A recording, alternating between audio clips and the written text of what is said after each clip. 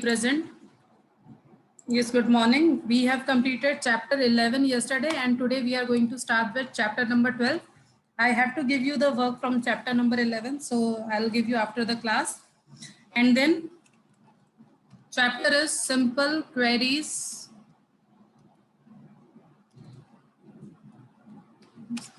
in SQL. So see, basically in this particular chapter, the very first thing that you have to understand means we will be directly dealing with the concepts or the very basic things of SQL, basically in MySQL. So the very first thing that we are going to discuss is literals. Okay, we know what are literals. These are nothing but the constant values or the constant informations. Okay, now you can use numeric literals, you can use floating point literals, you can use string literals. It is your choice that which type of literal you wanted to use in MySQL. Then after this, next we are having is most important thing, that is data type. Now see, ultimately in the MySQL, you are going to create tables, you are going to create database. So when you will be making tables, that time for every column, you have to specify what type of data you are having.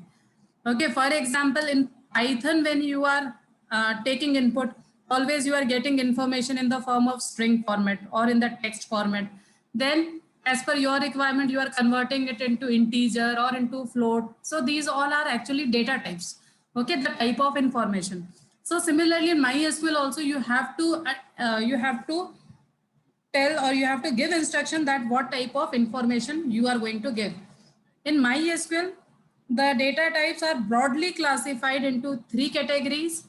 First is numeric, then second one is date and time, and then third one that we are having is your string type of information. Now see, what you have to understand that in numeric only, integer as well as floating point, all the data types will be covered.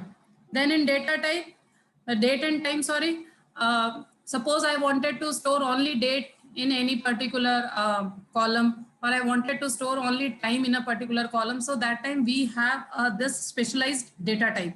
And string is your anything that you write in single quote or double quote, combination of one or more than one character.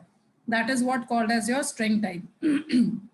Okay, then when we talk about numeric data type, you have a series of data types available. Okay, first we will complete these, then we will discuss data types again separately. Then next a type of information is your nulls. Nulls means suppose you wanted to keep any particular column empty. So that time you are going to use null value in that particular case. Okay, null doesn't mean that it is zero. Null only indicate that it is empty. Okay, so that also we can use null values, we can use wherever we require. And then last one that we are going to have will be the comments. Now comments are nothing but those statements that generally we don't want MySQL to execute basically. For example, we were writing in Python also comments, in MySQL also you can write comment. Generally for writing comments, we have so many varieties. For example, suppose I wanted to start any comment, I can start any comment like this. Then I can write my multiple lines. Once my all the lines are over, then after that for closing, I can close it like this. So this is the one thing that you can do. Second type of comment is double dash you can write, and then you can write anything will be considered as comment. Then third type of comment is you can start comment with the hash symbol. Okay, so these are the different types of comments that we can have in RDBMS packages. Now we are going to discuss mainly today the data. These commands, Anji? these comments have the same role as we do in the Python, right? Yes. In every programming language you can use comments. Similarly in the RDBMS also you are having the flexibility of using comments. Okay, yeah, like in Python we are saying interpreter will not read. In MySQL we are saying that the parser is going to ignore it. Okay, now data types.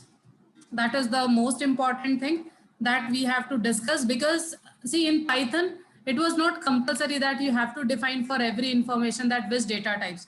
But in MySQL, it is compulsory that you have to define that it is which particular data type. Fine. So as we have discussed, three broad categories are there. So the very first category is numeric. Now in numeric, it is clear that we wanted to store number. Now in that number part also we have so many varieties. So many varieties means first type of your data type is int, which indicates that you only wanted to store the number. Okay, integer values. And the range, even you can see in your book also, up to 11 digits you can store in that. And it is given minus, I'm just simply reading this capacity, or let me write this capacity. It is minus 214,748,3648,2. The same value 214,748,3647. Okay. So see, what you have to understand that this is the capacity of one integer. So it is up to 11 digits we can store in the integer type. So this is actually more than sufficient if you are taking any value as int type. Then suppose you don't want this type of information, you want small, you want to store small information. So you can use tiny int. For tiny int, it is up to 4 digits and the range is given from minus 128 to positive 127. So suppose I wanted to store anybody's marks. We know marks are not more than 100. So in that particular case, we can use tiny int instead of integer. Ultimately, it is going to save the time. Sorry, not time, it is going to save the memory. Okay, so therefore, we have to decide which data type we will be using according to our requirement. Then we have small int. Then after this, see, only the ranges are different and you must know the type of data types. Then we have medium int. After this, medium int. Then after that, we have big int. Means big integer value you wanted to store. Then now this is something different, that is float value. See, all above what we have discussed is based on integer type. Then in float we have two values we have to pass, that is m and d. Here m stands for your m indicates that the length of the string, length of the floating point value, and d indicates how many values after decimal point. This I will explain you first. For example, you think like I wanted to store any value, suppose 1248.65. Okay, now if I will talk about length of this number means you are going to count total how many digits are there. So it is 4 plus 2, 6 digits are there, comma, how many digits after decimal point. So after decimal point, you can see only 2. So if I wanted to reserve memory for this, I will be writing float 6, 2. It means total 6 digits and after decimal point only 2 digits. So this is how I'm going to write float m, d. This you have to make very clear, otherwise you will be confused with this. Okay. Now in this manner only, then we are having first one was float, then after float, for floating point, next we are having is the double variation. Double data type. Again in the double data type, again range is more. You can pass both the information m and d, and then we have decimal. Again the same type of information, only the range is different. So m, d. See, no need to learn these ranges because ultimately these ranges are too big. Okay, only you have to understand that which is smaller, which is greater. Otherwise, if you will start learning the ranges, then it would be too much for you to learn. Then we have date and time, data type. Okay, next we are having is date and time. Now, when we talk about date and time, suppose you wanted to store date or you wanted to store time. For that, we have different data types available. So the very first is date. Generally, we are using this a lot, like suppose date of birth, date of joining, date of admission, something like that. So for that, we are taking date as a data type. Then we have date time. Date time means we wanted to store both the things. We wanted to store date as well as time in the same column. Okay. Acha, one more important thing when we talk about date, because see, ultimately we are going to use this again and again. In MySQL, the format of date is YYYY, then either hyphen or slash, it is your choice, then month and then date. Okay, this is what you have to understand very clearly. Sometimes in the book you will be getting different format, but ultimately when you are going to make table in the Python, this is how only you are going to store the information. Then if we talk about date time is the format is first all your date, then space, then your hours, then your minute, and then your second. Okay, so this will be the format if you are using date and time. Then only timestamp. If it is timestamp, then again same thing, but it will be not separated by anything. It means YYYY, MM, DD, HH, MM, SS. So this is how you will be getting timestamp. See, sometimes we have to store information in this. Flexibility is given to you. Now you are going to decide according to your requirement whether you want or you don't want. Only you wanted to store the time. So that particular time you are going to use HHMMSS, time will be the data type. And then last one we are having is year. Within that year, you can pass M. And actually in the M, you are actually specifying that whether you wanted to have 4-digit year or you wanted to have 2-digit year.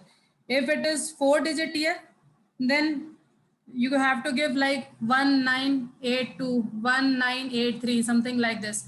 Or if it is 2-digit year, then you can simply give 82, 83. It is your choice how you wanted to store. What you have to understand, if you are not giving anything, the default size is 4. It means by default, we can store in the year 4-digit of year. Then next we are having is, only you have to understand all these names, so that in future, suppose if we are going to use, then at least you must know that we have these data types available. Then next we are having a string or text, you can say. Now for that, what are the data types available? The very first is char, we will be using a lot. Then we will be having varchar. Now one very common question for your board examination, difference between char and varchar. Okay, we will discuss later on, but you have to remember one thing, it is fixed length data type, and this is varchar stands for variable length. So it is variable length data type. Okay, what is the meaning of that? We will discuss after 5 or 10 minutes. Okay, then in both the cases you can store up to 127, up to from 1 to 255 characters. So total 256 characters you can store, more than sufficient. Still, if you want more, then in that case we have blob or we have text. It is your choice which one you wanted to use. Then we have tiny blob or tiny text. Now see, again up to your requirement. Suppose you wanted to store a complete paragraph. Okay, that time only we will be using medium or long blob. Then we have medium blob or tiny blob. Then next is, even you all will be writing these all data types in your notebook. Not right now, but when we will, once you will complete the question answers of chapter 11, then these all you are going to write, so that at least you must know what are the data types available in MySQL for us. And then we have long text. Okay, with the name only you can understand that their ranges are different. Tiny will be having smallest length, and then it is having medium length, and it is having largest length. Okay. And when we talk about long block, I'm simply reading the length of this, or I'm writing, so that at least you must know that how much information you can store in single cell if you are using this. It is 4294 967 967, then 295. So what you have to understand that this much big number you are having actually if you are using this. Okay, then in this only last one that we are having is enum. See, the meaning of enum is enumeration. Sorry. Meaning of enum is enumeration. It is just like a list only. You can say it is just like a list where you can have you can have multiple informations that you wanted to store. Okay. So what you have to understand that what are the various types of data types available in string, in date and time, as well as in numeric. Okay, now we will discuss one question, that is just now as I said, difference between char and varchar. Char and varchar, very important question for your test, for your board examination also, that what is the difference. Suppose I'm storing any column name I have written, for example, of your first name. And for your first name, I am saying it is of type char and I wanted to occupy 10 bytes of memory. Fine. Comma, and your last name. For that, suppose I'm writing here varchar, and then I'm writing again over here also 10 bytes. Okay, so ultimately what I have indicated over here, that first name I want 10 bytes of memory to be reserved. Similarly, for last name I wanted to reserve 10 bytes of memory. In both the cases, I can store anything, means anything, whatever you can type you can store, because both of these are of type characters. Now the question is, what is the difference? Okay, now when we will discuss the difference, as I said, for first name, you will be getting 10 bytes of memory. 10 bytes of memory means something like this. Means 10 block will be reserved. 9 and 10. Okay, now suppose I just wanted to store any value in this. Suppose I'm storing here Tom. So Tom is stored over here. Okay, now similarly for the last name, as I said, again I'm reserving 10 bytes. So ultimately 10 bytes will be reserved.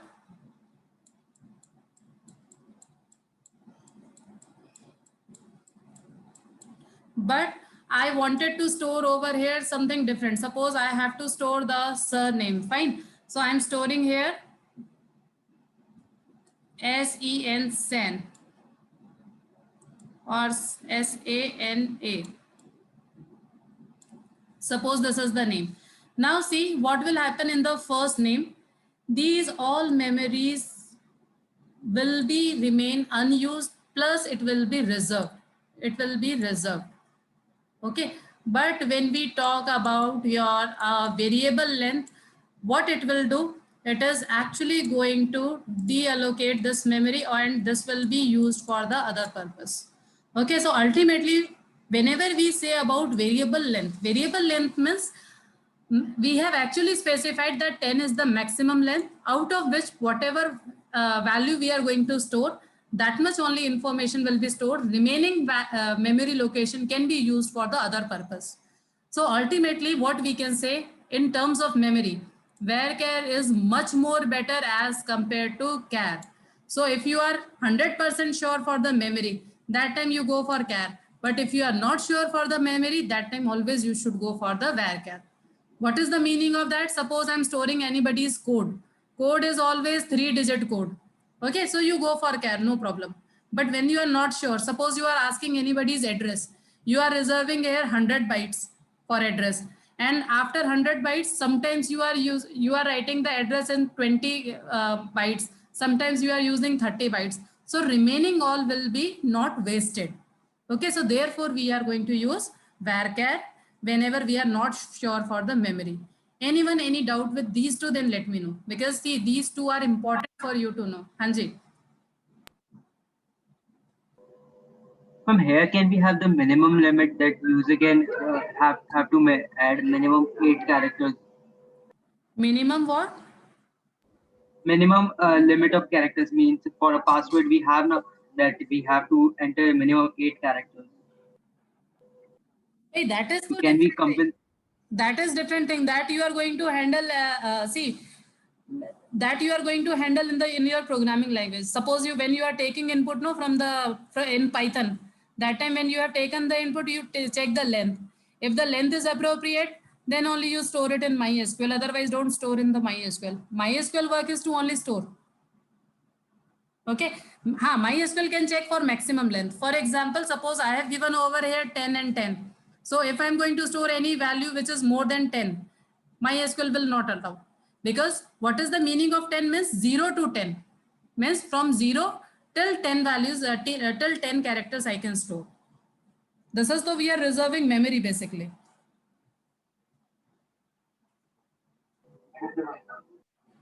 Okay. I hope this is clear to all of you. And this is, again, I'm repeating from my side, this is very common question for your board examination, difference between char and varchar. Okay, then I have explained you that how we can open MySQL, as well as I have explained you what will be the password that you are going to type. Today we will discuss very basic, means very basic things. And from tomorrow we will start making some tables in MySQL, fine. So let me change the screen first. I hope MySQL is visible to all of you. Yes, ma'am. Okay. See, today we will not make anything. Only we will discuss very basic things. Okay. The very first thing is whenever you will open this, you have to type password. If your password is wrong, okay, then and there it will terminate your MySQL. So I'm typing the password and see, this is called as MySQL prompt. Okay. Like when you are in the Python mode, you are saying Python prompt. When you are in the MySQL mode, then this is your MySQL prompt. Now here you are going to write all the queries. Some basic queries that we are going to use again and again. The very first thing is whenever we wanted to make, we wanted to do anything, generally we make first database. Inside that database, we store related tables. So right now, I don't know how many databases are created in this. So the very first command we will be discussing today is show databases. Okay, then it is compulsory to terminate every statement with semicolon. Okay, semicolon is compulsory. See, initially you will be getting so many errors in this. The reason is because you have not done any practice in this. But no problem, you can share your errors with me and then I'll solve out with you. Okay, so show space databases, spelling has to be this only, then semicolon. Once we are writing this, it will show me the list of databases. Whatever databases I'm having in my computer, it is showing me all those list of databases. Now, suppose I wanted to create any database. For example, 12th IP is there. I wanted to create for 12th CS. So what I will do? Create database. Remember these words, you are not going to change it. Create database, then name of the database, 12 underscore CS, I'm writing semicolon. See, whenever I'm getting over here query okay means my query was perfect and this is executed. And if it is mistake, I will get error message. For example, I'm writing any mistake. For example, I'm not writing this properly. I forgot the spelling. So see, I'm not getting over here query okay this time. Okay, so whenever query okay is there, then only it means your statement has been executed. Fine. Now after this, what you are going to do? Suppose you wanted to check again whether your database is created or no. So show databases, because this one was working, right? So show databases. Now you can see 12 CS is also there, 12th IP is also there. 12 CS just now I have created for you. Fine. Now see, if I wanted to select any database, once we have created the database, you will do practice of making database with your name. Okay. Then first you have to select the database, because I'm having so many databases. So which one I'm talking about? So what I have to do ultimately, first of all, I'm going to select any database. For selecting any database, use and then the name of the database, that is 12 underscore CS. Because see, from tomorrow, I will directly start with use 12 CS because my database is already created. Okay. So you have to remember these 2-3 lines. Now, whatever it is given database changed, it means what you have to understand that I'm inside this database. Now, whatever commands I will be writing, it will be occurred or it is going to create or execute in this database only. So you have to take care that which database you are going to use. Once it is used, now you can use your any other query. For example, you wanted to create a table, you wanted to write any query, it is your choice. Acha, how we are going to create table and all, we will not discuss today. Tomorrow we will discuss all those things, but you are going to do practice of show database, use database, create database. Okay, these three you are going to practice today, then we will continue tomorrow. And tomorrow we will full-fledged, we will start with SQL. Okay, so your After compulsory. Yes, Akshat, any doubt? after FD command, you have to write the column. Yes. Because see, sometimes you will not get error, but you make habit because 99.9% commands you are going to execute with semicolon. Actually, semicolon indicates that it is the termination of the statement. Okay, so therefore it is compulsory to give semicolon. Okay, then all of you try for this and in your book. Achha, then one more command. Suppose now I wanted to see how many tables are created in this. So simply write show tables. Like previously you were writing show databases, right? Now you will be writing show tables. So now you can see empty set. It means no table has been created in this particular database. But suppose now I'm changing my database. I'm using 12 IP, for example, because I have created some tables over there. And then if I'm going to write show tables, you will see that it is showing me that I have created 4 tables in this particular, see, in this particular database. Okay, and in your database, nothing. But first I am going to use it. If I'm writing show tables, it is with respect to this. Previously, when I was writing show tables, it was with respect to this. So you need to be clear that you have to select the database first, then only the queries you are going to write. Okay, so today you have to do practice of all these commands first, and from tomorrow onwards, we'll directly start with creating the tables. Because see, ultimately you have to do lots of practice of MySQL because we have not done anything in MySQL. Fine. Okay, and as per your book, up to page number 527, you are going to read each and every line. Whatever you feel like important, you can underline. Plus, from chapter number 11, I will give you question answers today. So you can do that much work. Okay, any doubt to anyone? And link for MySQL is already shared with you all. Okay, then good day all of you.